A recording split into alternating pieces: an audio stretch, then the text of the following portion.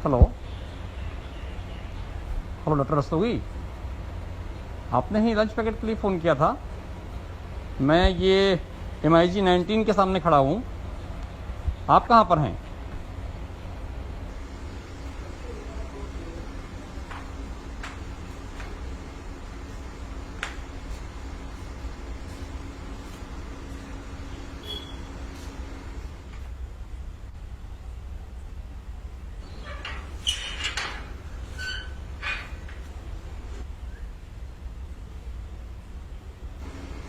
जी sir.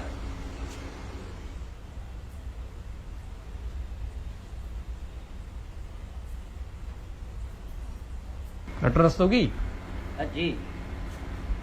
आपको शर्म आनी चाहिए। आपने लंच पैकेट की मांग की है। आप गरीबों का हक मानना चाहते हैं? इतने बड़े घर में रहने वाले हैं आप, और इस तरह से आपने लंच पैकेट के लिए फोन किया है।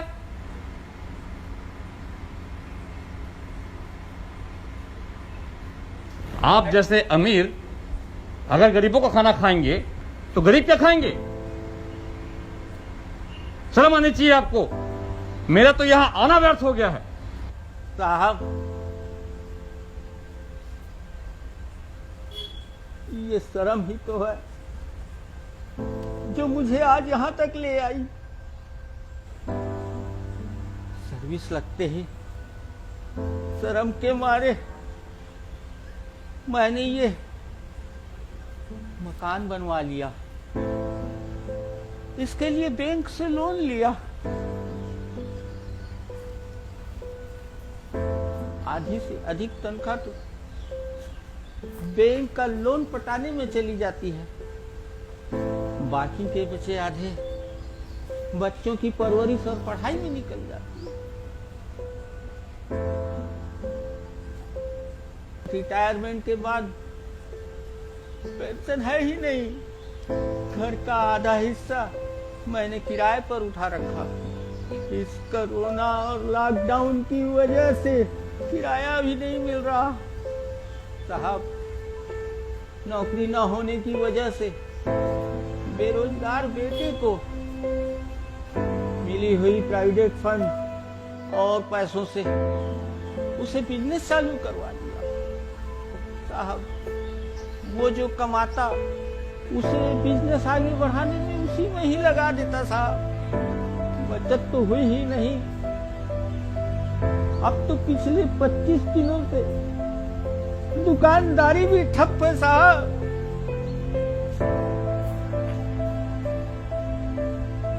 राशन कार्ड भी बनवाया था साहब, पर बहू व बच्चे शर्म के मारे लाइन में लगे नहीं और वो राशन कार्ड भी निरस्त हो गया। साहब, बहू के नाम से जनधन खाता भी खुलवा दिया था, पर उसने ना उसमें कुछ जमा किया और ना ही कुछ निकाला। वो अकाउंट भी बंद हो गया। साहब, सरकार से आया हुआ पैसा भी ना निकाल सके। साहब, मकान होने की वजह से किसी सामाजिक संस्था से हम सहयोग भी नहीं मांग सके। कल जब कोई रास्ता नहीं दिखा, सुबह जब अपने पोते को भूख से तड़पते हुए देखा, तो शर्म नहीं आई। साहब, शर्म नहीं आई।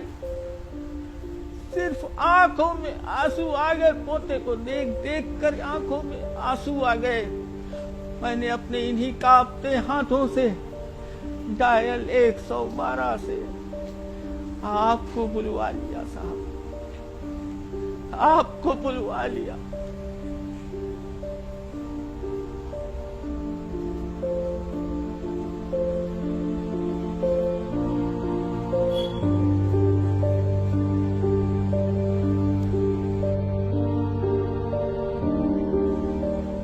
दीवारों ने हमें अमीर तो बना दिया साहब,